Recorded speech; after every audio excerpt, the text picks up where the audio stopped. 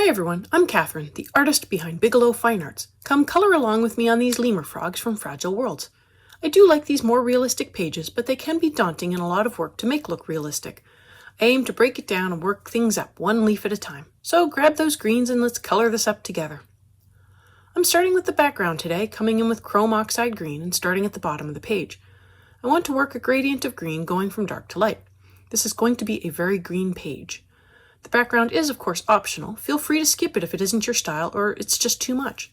I'm trying to go through and get in a uniform layer of color down and as tight up to the lines of the leaves as possible to avoid any halo effects. And yes, this is sped up. I really don't color this fast. If you haven't already, go ahead and hit that subscribe button. It helps keep you informed of when I post new videos as well as join in on the color alongs. I have palettes and timestamps in a Patreon post, so go check that out if you want the whole list of colors. Subscribing is the best way to keep up with the color alongs.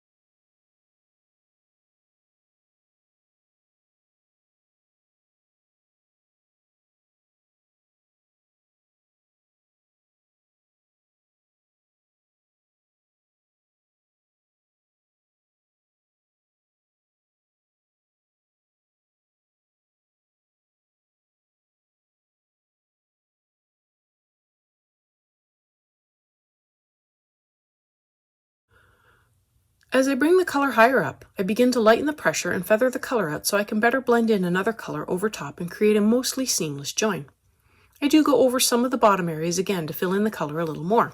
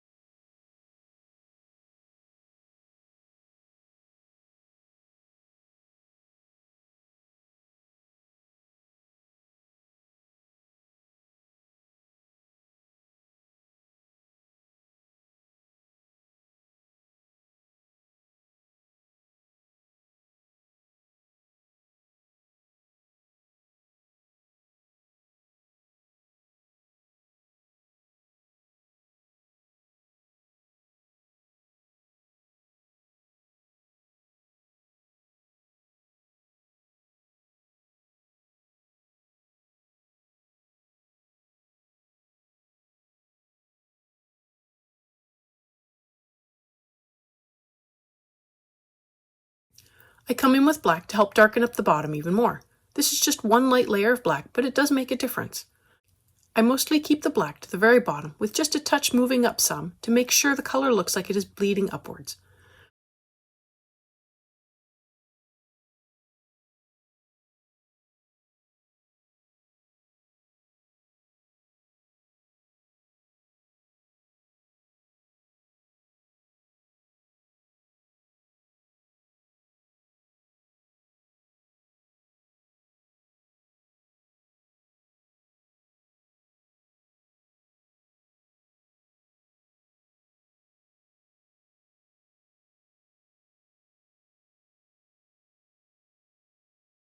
My next layer of color is the permanent green olive, and I am blending it into the chrome green I put down earlier, as well as bringing it up another third of the page. I am again trying to fill in the color in a smooth layer with light pressure and as close to the lines as I can without going over.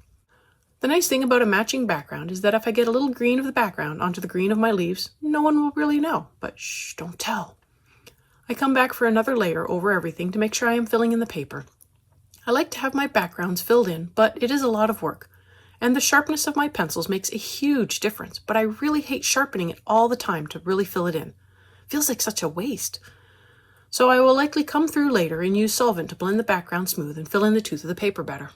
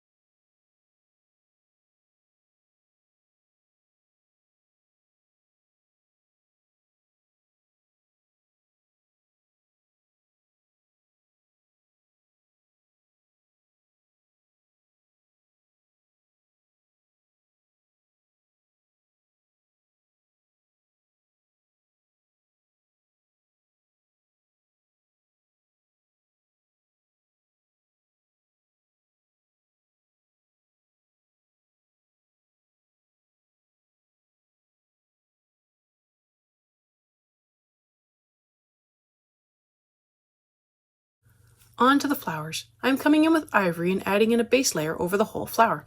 I noticed I had a little green from the stem creeping into my flower, so I erased that back before filling it in.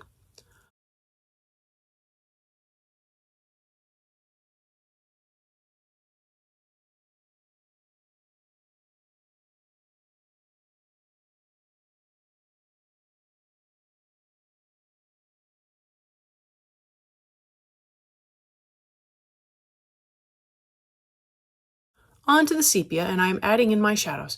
I want to keep them to the left and bottom, but I do look at the lines and see if maybe they can be added in other places to give the flower more shape. And of course I add in some to the inside of the flower.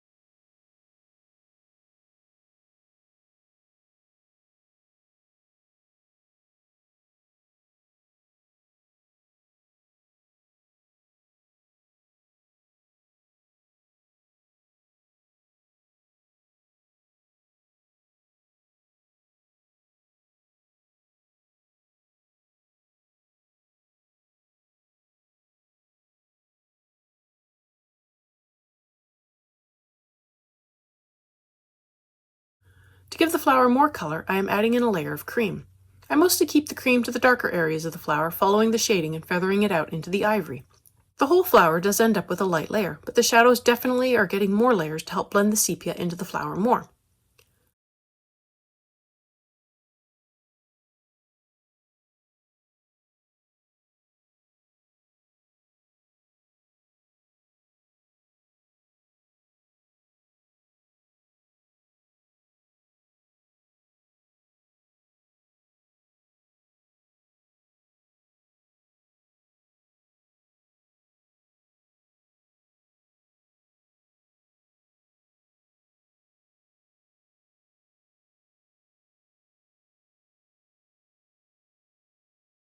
Back to the sepia, and I noticed the first flower was looking a little drab now that there was a background surrounding it.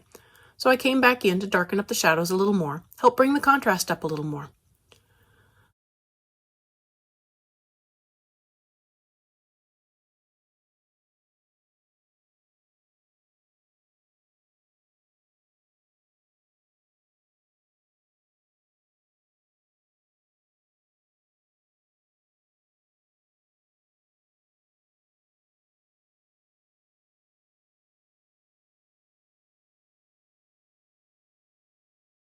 I did find that I put a little too much sepia on the side of the flower, so I came in with a kneadable eraser and gently rolled it along the side to pick up a little extra color and lighten it up.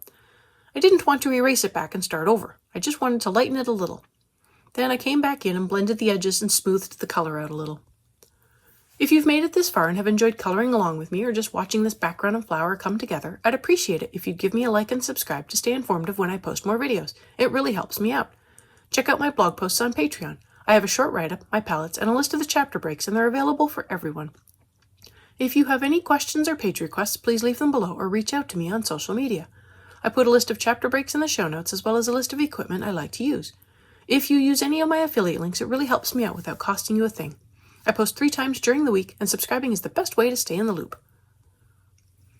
I came in with light flesh as I wanted to give the flowers more color, then more cream, a light layer over the whole flower with some extra focus on the shadows. More sepia to really darken the interior shadow even more up against that line.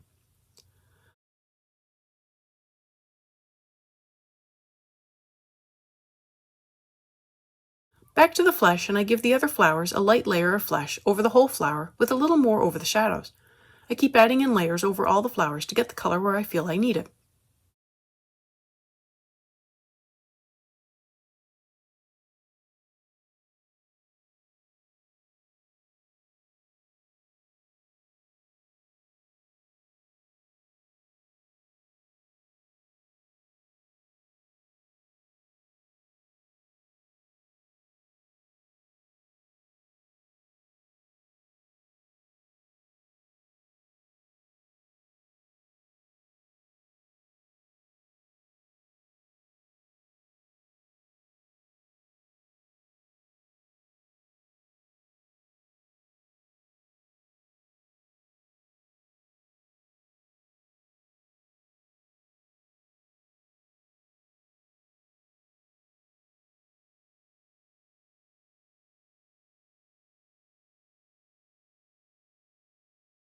Onto this other large flower bud, and I am starting with a base layer of grass green over the base of each of the petals. I will be working it up the same way as the other large flower bud. I keep the layer lighter as I get closer to the middle of the petal, although the lower petals can be more green while the upper petals take a little less.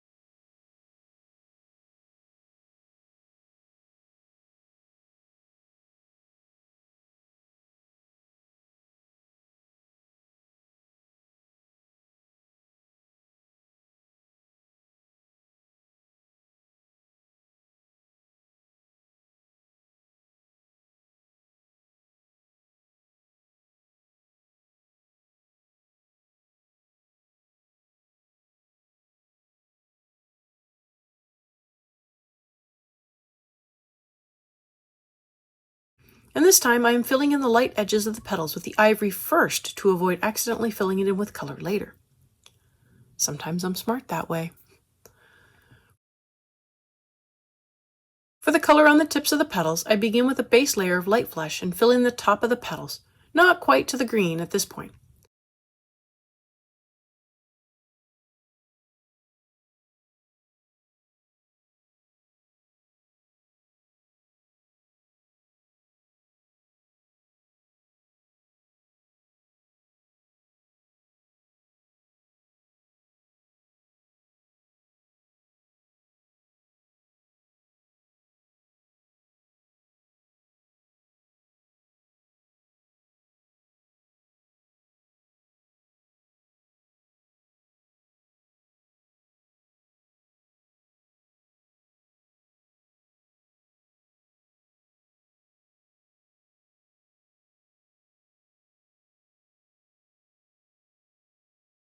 With the burnt carmine, I add in a deeper color to the tips of the petals and carefully flick the color down a little.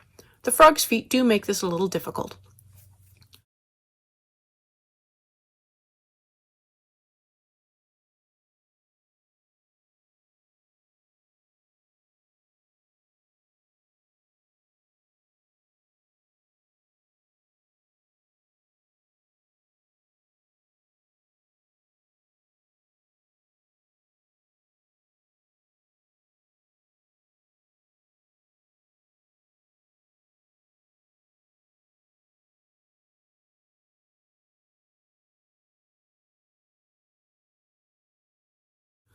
Time for shadows, and I come in with the sepia and begin blocking them in.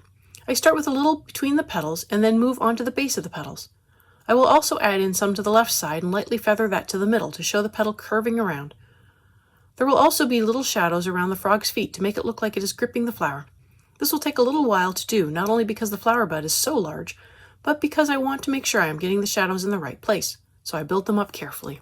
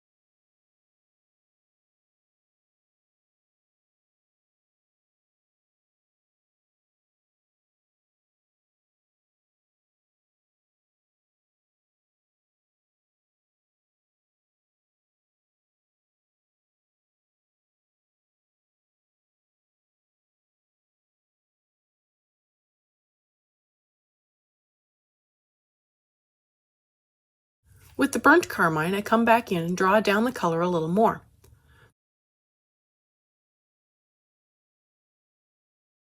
Then I blend the color out with the light flesh and finally bring the color down into the green to blend them together a little.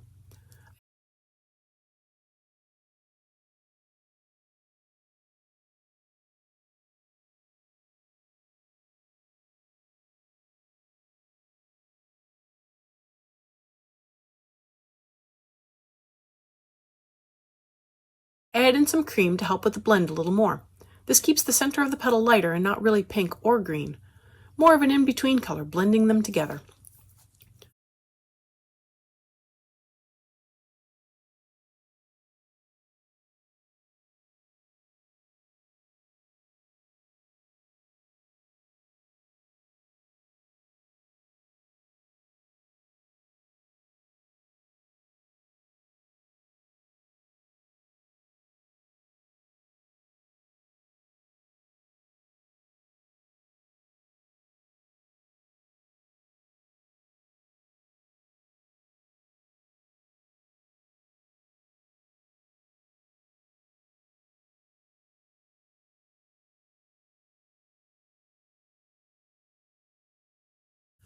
I blend the grass green into the cream and the flesh to help make the color blend smoothly from the base of the petal to the tip.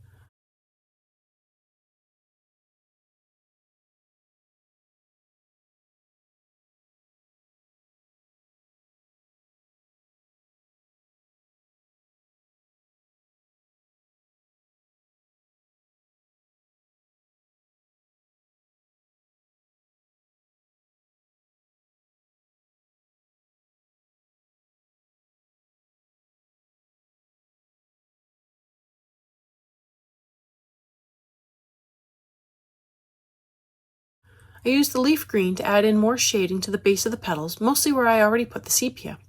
This helps blend the sepia into the grass green a little better and smooths out the colors.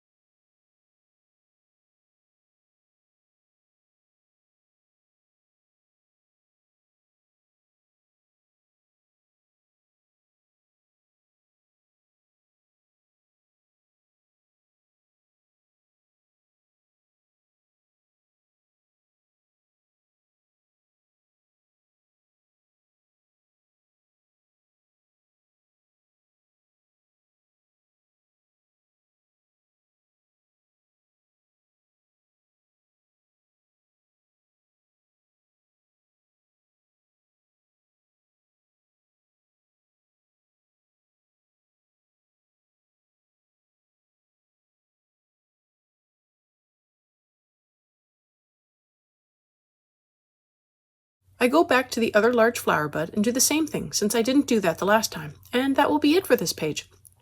Thanks for joining me on this lemur frog today. Let me know below or on social media if you colored along. I'd love to know how you did. I want to thank you all so much for coming along and joining in with me on this coloring journey. I appreciate all my subscribers and look forward to more of you joining in and coloring along with me. Please like, share, and subscribe to help that happen. Until next time, happy coloring!